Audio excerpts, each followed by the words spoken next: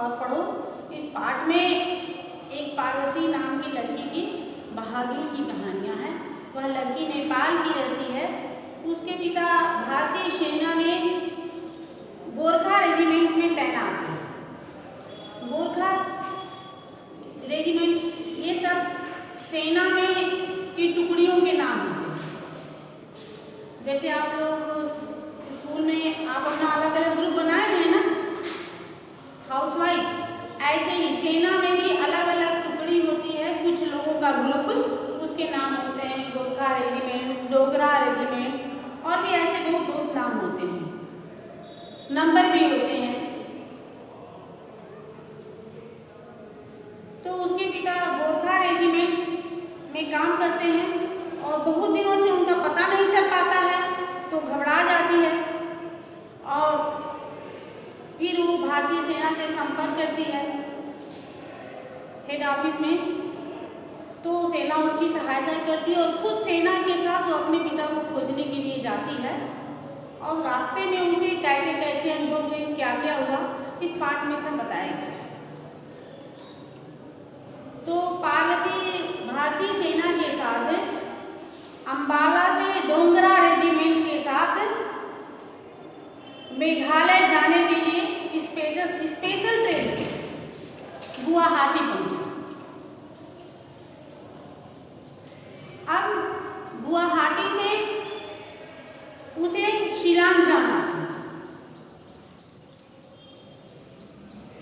तो कप्तान साहब ने बताया उसे कि तुम नंबर 3 ट्रक में गोपाल सिंह के साथ बैठोगी। उन लोगों के साथ 3 ट्रक थे, 3 ट्रक एक साथ चल रहे थे जिसमें सेना की सुरक्षा के सारे सामान थे। और उन लोगों ने पार्वती को बताया कि शिलांग यहाँ से 5-6 घंटे का रास्ता है, लेकिन रास्ते में बहुत खतरे हैं। रास्ते में बीच बीच में ऐसे क्षेत्र आते हैं जहाँ आदिवासी रहते हैं। आदिवासी उग्रवादी रहते हैं जो घात लगाकर झाड़ियों के पीछे से, चट्टानों के पीछे से, केले के बगीचे होते हैं उनके पीछे से सेना पे हमला करते हैं तीर धनुष, तीर से। इसलिए बहुत सावधान होकर बैठना है। सभी लोग वहाँ से 3 ट्रक में बैठ के गए। पार्वती का ट्रक आगे आगे चल रहा था। उसे रास्ते में बड़ा अच्छा लग रहा था, बाहर का दृश्य देखने में बड़ा अच्छा लग रहा था।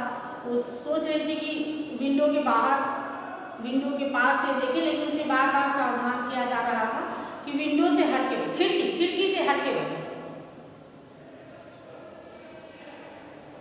उसे तो बड़ा अच्छा लगा। तभी उसने देखा कि सामने की झाड़ी में कुछ हलचल हो रहा है। तो उसने बगल में बैठे गोपाल सिंह को धीरे से इशारा करके दिखाया। गोपाल सिंह समझ गए कि झाड़ी के पीछे कुछ लोग हैं। उन्होंने उन लोगों को एक वॉकी टॉकी मिला रहता है, वॉकी टॉकी से तुरंत पीछे वाले ट्रक में जो आ रहे होते हैं जवान, उनको सावधान किया। और इतने में झाड़ियों से लगे तीर बरसने, यानी आदिवासी जो बहुत पहले से पिछड़ा एरिया है, जहाँ बहुत पहले से लोग रहते हैं, अभी वहाँ शिक्षा का साधन नहीं पहुँचा है, वो लोग पढ़े लिखे नहीं हैं, कोई भी कुछ कह देता है उसको मान जाते हैं। सरकार के खिलाफ लोग भड़का देते हैं तो लोग मान जाते हैं। गर्म दिमाग के होते हैं और किसी की बातों में आके हमला कर देते हैं। तो वो आदिवासी हमला कर दिए। अब सेना भी सतर्क हो गई। दोनों ओर से, इधर से भी सेना भी मोर्चा ले ली, गोली चलाने लगे, बंदूक और हथगोले फेंके जाने लगे। तभी पार्वती ने देखा कि सामने से 10-12 लोग आ रहे हैं। अब पार्वती घबरा गई। उधर किसी का ध्यान नहीं था, जो ट्रक में जो लोग थे, सेना थी, उसका वो सामने ध्यान नहीं था। पार्वती घबरा गई, लेकिन उसे तुरंत याद आया कि रक्षक एक वो होता है जिसमें गोले वोले रखते हैं, उसने देखा कि वो तो मेरे पास ही रक्षक है। जल्दी से एक गोला निकाला और सामने आ रहे आदिवासियों पे फेंका। और गोला फेंका तो वहाँ तेज आवाज़ के साथ धुआं उठा और सारे गिर गए। आगे पाए। तब तक सेना का भी ध्यान आ गया। अब दोनों ओर से हमले होने लगे, लेकिन सेना भारी पड़ी। जब धीरे धीरे उग्रवादियों, आतंकवादी नहीं थे वो, आतंकवादी नहीं थे वो, आदिवासी थे।